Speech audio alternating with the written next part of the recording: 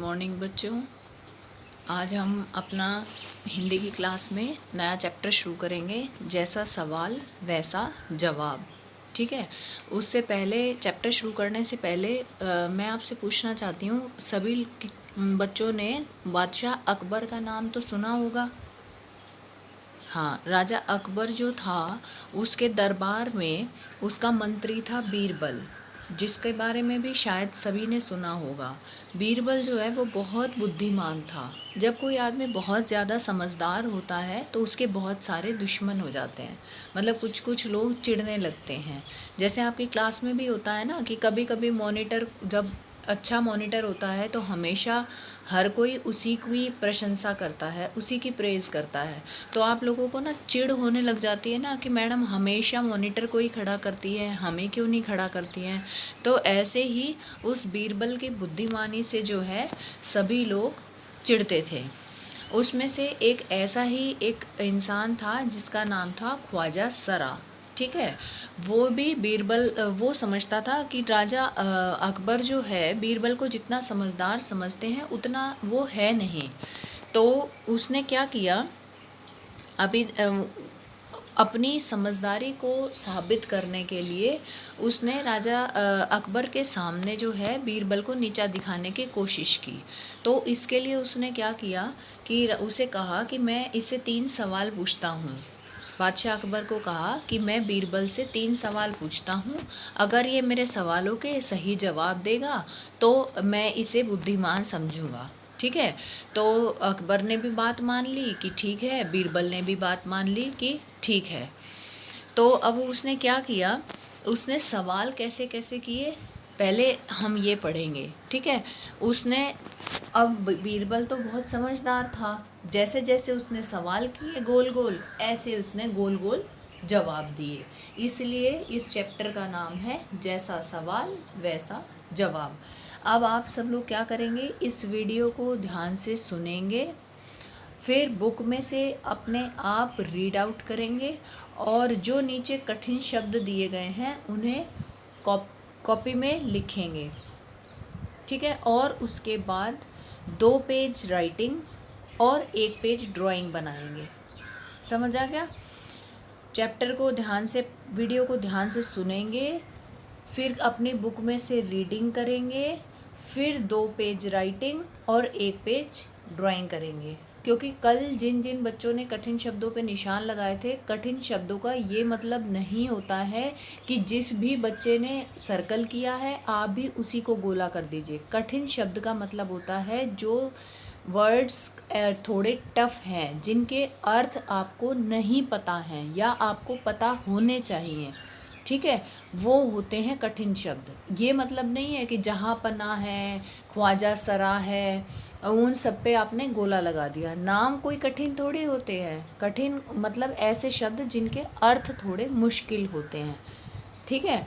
तो अब आगे से जब भी आप कठिन शब्दों को गोला लगाने के लिए कहा जाएगा तो सबसे पहले आप पाठ को पढ़ेंगे और फिर उसके बाद उस पे गोला लगाएंगे। अब मैं चैप्टर की रीडिंग करना शुरू कर रही हूँ, उसके बाद आप लोग भी ऐसे ही करेंगे। बादशाह अकबर अपने मंत्री बीरबल को बहुत पसंद करता था। बीरबल की बुद्धि के आगे बड़े बड़ों की भी कुछ नहीं चल पाती थी। मतलब कि बीरबल जो है वो इतना बुद्धिमान था कि बड़े बड़े लोग उसकी बुद्धिमानी की सराहना करते थे। इसी कारण कुछ दरबारी बीरबल से जलते थे। वे बीरबल को मुसीबत में फंसाने के तरीके सोचते रहते थे, मतलब कि उसे प्रॉब्लम में फंसा दिया जाए। अकबर के एक खास दरबारी ख्वाजा सरा को अपनी विद्या और बुद्धि पर बहुत अभिमान था। बीरबल को तो वे अपने सामने निरा बालक और मूर्ख समझते थे, मतलब वो सोचता था कि मैं ज़्यादा बुद्धिमान हूँ। लेकिन अपने ही मानने से तो कुछ होता नहीं। दरबार में बीरबल की ही तूती बोलती और ख्वाजा साहब की बात ऐसी लगती थी जैसे नक्कार खाने में तूती की आवाज़। ख्वाजा साहब की चलती तो वे बीरबल को हिंदुस्तान से निकलवा देते, लेकिन निकलवाते कैसे? एक दिन ख्वाजा ने बीरबल को मूर्ख साबित करने के लिए बहुत सोच विचार कर कुछ मुश्किल प्रश्न सोच लिए। उन्हें विश्वास था कि बादशाह के उन प्रश्नों को सुनकर बीरबल के छक्के छूट जाएंगे और वह लाख कोशिश करके भी संतोषजनक उत्तर नहीं दे पाएगा। फिर बादशाह मान लेगा कि ख्वाजा सरा के आगे बीरबल कुछ नहीं है। यहाँ तक समझ में आ गया ना सबको?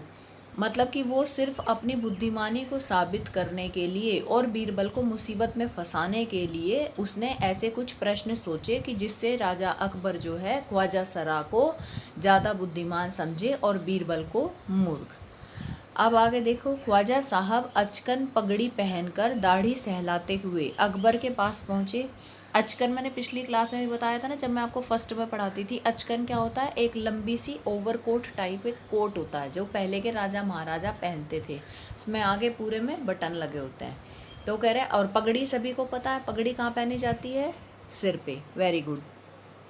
तो ख्वाजा साहब जो है अपनी अचकन और पगड़ी पहनकर और दाढ़ी को सहलाते हुए अकबर के पास पहुँचे और सिर झुकाकर बोले, बीरबल बड़ा बुद्धिमान बनता है, आप भी उसकी लंबी चौड़ी बातों के धोखे में आ जाते हैं। मैं चाहता हूँ कि आप मेरे 3 सवालों के जवाब पूछकर उसके दिमाग की गहराई नाप लें। उस नकली अक्ल बहादुर की कलई खुल जाएगी। कलई खुलना मतलब होता है उसका भेद खुलना, मतलब उसकी सच्चाई का सामने आना। अभी ये आगे मैं आपको पढ़ाऊंगी, अभी सिर्फ मैं चैप्टर की हिंदी बता रही हूँ। ख्वाजा के अनुरोध करने पर, अनुरोध करने मतलब ख्वाजा के आग्रह करने पर, विनती करने पर कि अकबर ने बीरबल को बुलाया और उनसे कहा, बीरबल परम ज्ञानी ख्वाजा साहब तुमसे 3 प्रश्न पूछना चाहते हैं, क्या तुम उनके उत्तर दे सकोगे? बीरबल बोले, जहाँ पनाह ज़रूर दूंगा, खुशी से पूछे। ख्वाजा साहब ने अपने 3 सवाल लिखकर बादशाह को दे दिए। अकबर ने बीरबल से ख्वाजा का पहला प्रश्न पूछा, संसार का केंद्र कहाँ है? केंद्र मतलब उसका सेंटर पॉइंट, मतलब कि जैसे आपने सर्कल बनाया है मैथ में, सबको पता है ना गोला कैसे गोल बनाते हैं। तो गोल बनाने के लिए उसका केंद्र बिंदु होता है, उसका सेंटर पॉइंट, तभी गोला बनता है। तो ऐसे ही उसने पूछा कि संसार का केंद्र कहाँ है? क्या संसार को कोई नाप सकता है? नहीं नाप सकते हैं ना, क्योंकि संसार तो अनंत है, कोई नाप ही नहीं सकता। तो बीरबल ने तुरंत ज़मीन पर अपनी छड़ी गाड़ कर मतलब कि धरती में वो लगा गाड़ देते हैं ना, गाड़ कर उत्तर दिया, यही स्थान चारों ओर से दुनिया के बीचों बीच पड़ता है। यदि ख्वाजा साहब को विश्वास न हो तो वे फीते से सारी दुनिया को नाप कर दिखा दें। अब ख्वाजा साहब हैरान, क्योंकि जब उन्होंने तो ऐसा पूछा था कि बीरबल पता नहीं क्या जवाब देगा, और उन्होंने कहा कि मैंने तो यही है इसका सेंटर पॉइंट, और दुनिया को नाप ले अगर उन्हें संदेह हो रहा है तो। अकबर ने दूसरा प्रश्न किया, आकाश में कितने तारे? अब क्या कोई नाप सकता है, कोई गिन सकता है आकाश में कितने तारे? लेकिन ख्वाजा साहब अपनी बुद्धिमानी साबित करना चाहते थे और बीरबल को नीचा दिखाना चाहते थे, लेकिन बीरबल भी कम नहीं था। और बीरबल ने क्या जवाब दिया, देखिए। बीरबल ने एक भेड़ मंगवा कर कहा, भेड़ सब जानते हैं ना, भेड़ एक ऐसा जानवर है जिससे हमें ऊन मिलती है, जिसके शरीर पर छोटे छोटे बाल होते हैं। तो उसने क्या किया, एक भेड़ मंगवाई और कहा, इस भेड़ के शरीर में जितने बाल हैं उतने ही तारे आसमान में हैं। उसने कहा कि इसके शरीर में जितने बाल हैं उतने ही आसमान में तारे हैं। ख्वाजा साहब को इसे संदेह हो तो वे बालों को गिनकर तारों की संख्या से तुलना कर लें। अब बताइए, कोई बाल गिन सकता है? कोई इंसान अपने सिर के बाल भी नहीं गिन सकता, और भेड़ के तो पूरे शरीर पर बाल था। लेकिन बीरबल तो चालाक था, बुद्धिमान था, इसलिए उसने ऐसा जवाब दिया। अब अकबर ने तीसरा सवाल किया, संसार की आबादी कितनी है? बीरबल ने कहा, जहाँ पनाह संसार की आबादी पल पल पर घटती बढ़ती रहती है, क्योंकि हर पल लोगों का मरना जीना लगा रहता है।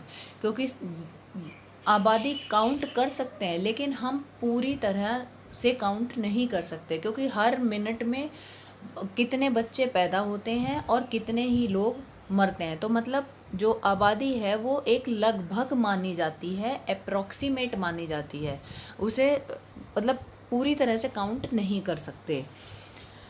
ये इसलिए यदि सभी लोगों को एक जगह इकट्ठा किया जाए तभी उनको गिनकर ठीक ठीक संख्या बताई जा सकती है। मतलब उन्होंने कहा कि अगर सभी को एक जगह इकट्ठा कर ले तो उन्हें गिन के बता सकते हैं। बादशाह तो बीरबल के उत्तरों से संतुष्ट हो गया, लेकिन ख्वाजा साहब नाक भौं सिकोड़ कर बोले, ऐसे गोल मोल जवाबों से काम नहीं चलेगा जनाब। बीरबल बोले, ऐसे सवालों के ऐसे ही जवाब होते हैं, पहले मेरे जवाबों को गलत साबित कीजिए तब आगे बढ़िए। ख्वाजा साहब से फिर कुछ बोलते ही नहीं बना। मतलब उन्होंने कहा कि जब तक कुछ ऐसे ऐसे गोल गोल जवाब सवाल पूछेंगे तो उनके ऐसे ही जवाब मिलेंगे। पहले आप ये बताइए कि मेरे सब आंसर गलत हैं। ठीक है, तो अब आप क्या करेंगे, इस वीडियो को सभी बच्चे ध्यान से सुनेंगे, बुक में सभी बच्चे रीडिंग करेंगे और फिर 2 पेज सुलेख, 1 लाइन छोड़कर 1 लाइन लिखना है सुंदर सुंदर, और 1 पेज ड्राइंग बनाएंगे और फिर उसकी कॉपी की फ़ोटो खींचकर ग्रुप में डालेंगे। ठीक है, ओके, थैंक यू।